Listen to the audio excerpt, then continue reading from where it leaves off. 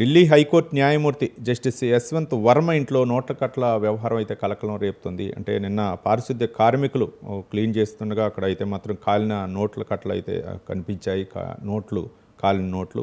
దీని మీద అయితే మాత్రం విచారణ జరపాల్సిందే అని చెప్పేసి వినిపిస్తుంది. ఇక హైకోర్టు సీజే జస్టిస్ ఉపాధ్యాయ్ అయితే మాత్రం సిఫార్సు చేసినట్లు తెలుస్తుంది.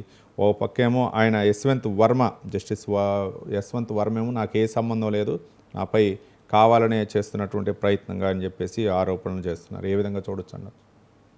ఇప్పుడు వర్మ ఆర్గ్యుమెంట్ నిజాయితీగా లేదు.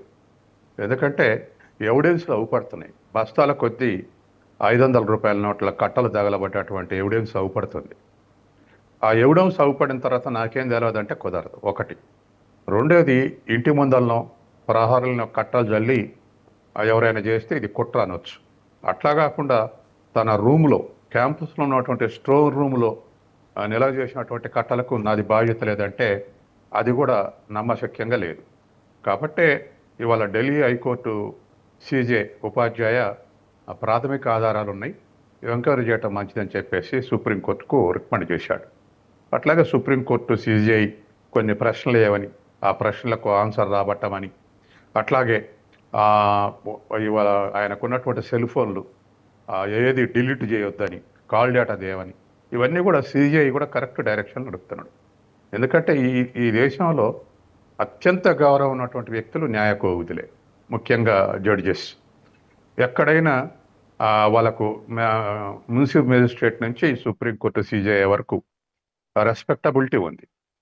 తర్వాత దరిదాపు 95% క్రెడిబిలిటీ ఉంది న్యాయ వ్యవస్థ. తర్వాత అటానమస్ న్యాయ వ్యవస్థ. కాబట్టి పోలీస్ డిపార్ట్మెంట్, రెవెన్యూ డిపార్ట్మెంట్ లాగానో ఎవరో పట్టేయటానికి చేసే ప్రయత్నం అనో, కిందోడు పైనో పైయోడు కిందోడు తోసుకోవడానికి వీల్లేదు. అది అటానమస్గా ఉన్నటువంటి పరిస్థితి. కాబట్టి కుట్ర చేస్తే ఆయన హైకోర్టు జడ్జి బోదు. అందుకని ఇవాళ ఉన్నటువంటి పరిస్థితుల్లో దాని మీద ఎంక్వైరీ చేస్తే ప్రజలకు నిజం తెలియటం అవసరం. ఎందుకంటే అత్యున్నతమైనటువంటి వ్యవస్థ, ప్రజలకు రెస్పెక్టబిలిటీ ఉన్నటువంటి వ్యవస్థని మనం కాదనలేం ఈ ఎంక్వైరీల్ని. అందుకని ఎంక్వైరీ చేయటం, దాని మీద కన్క్లూజన్ రావటం అవసరం. ఒక హైకోర్టు జడ్జిని ఉపేక్షిస్తే ఆ రెస్పెక్టబిలిటీ తగ్గిపోద్ది. అందుకే వర్మ అట్లా ఎవరో కుట్ర చేస్తారనేటువంటిది కరెక్ట్ కాదు.